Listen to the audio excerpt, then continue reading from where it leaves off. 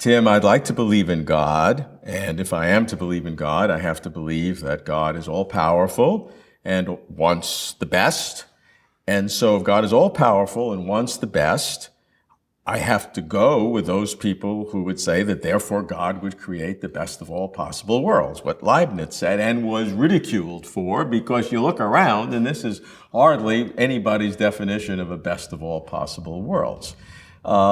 Most philosophers of religion say it's impossible to have a best of all possible worlds, and such a notion, even for God, is ridiculous.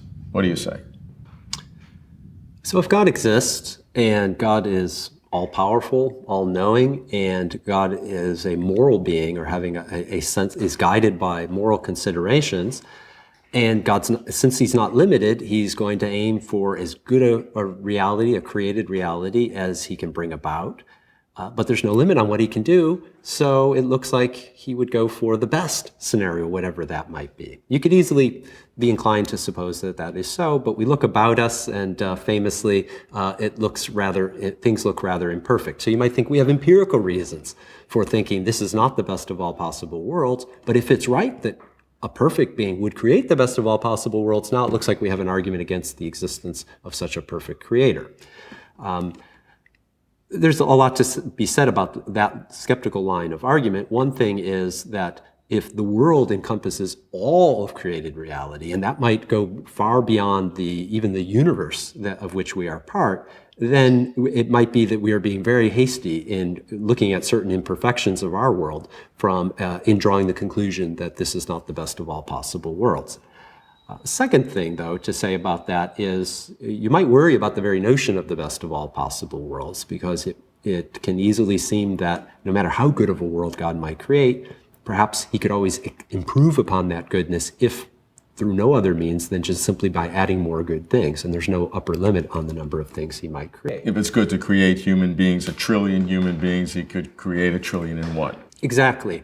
But notice that in reasoning in this way, causing ourselves to become a bit skeptical of the idea that there might be a best of all possible worlds, we're implicitly thinking of the world as a single closed system, however vast. And so then we contemplate, well, you could add more good things, spread out the space and time so things don't get created.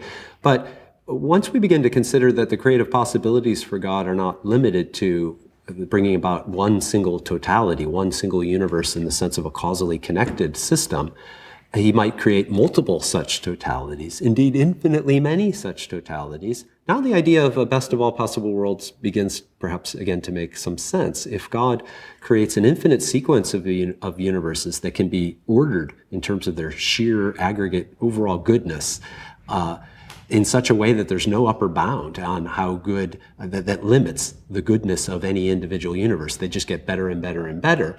That might have infinite value. And there might be more than one such infinite sequence of universes God might have brought about. So these might be, but from the standpoint of overall goodness, they might be equally good competitors. So there might be a plurality of best possible totalities, created realities, all of which are infinitely good. And so in that sense, the best, they're tied for being the best.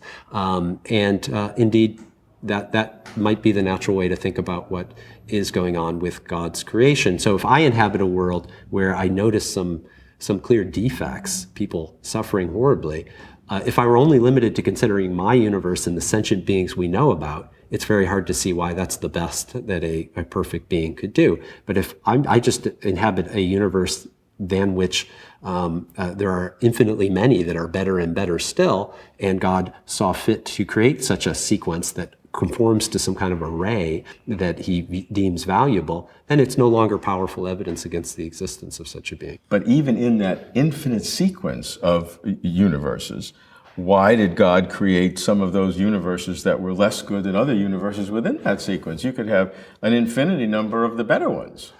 That's the initial thought. You say, why did God have these? If we're down here somewhere, we've got this sequence working its way out. Why didn't he start a little higher? But the problem is, no matter how high you go, it's the same thing. We're gonna end up asking ourselves the same question. This is a really good universe, better than ours, perhaps. But still, if we inhabit that, we say, why have such a universe that has the slight defects that has? So there's no natural cutoff point.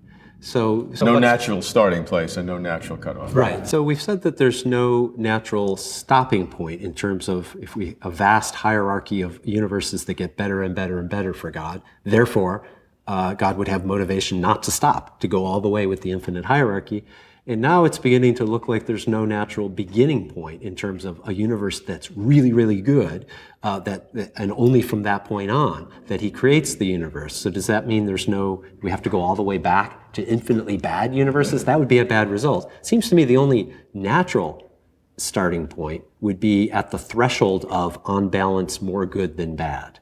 So even a universe that's just a little bit more good than bad on balance, there's some reason to create. After all, it has goodness overall to some degree, and then working your way up from there.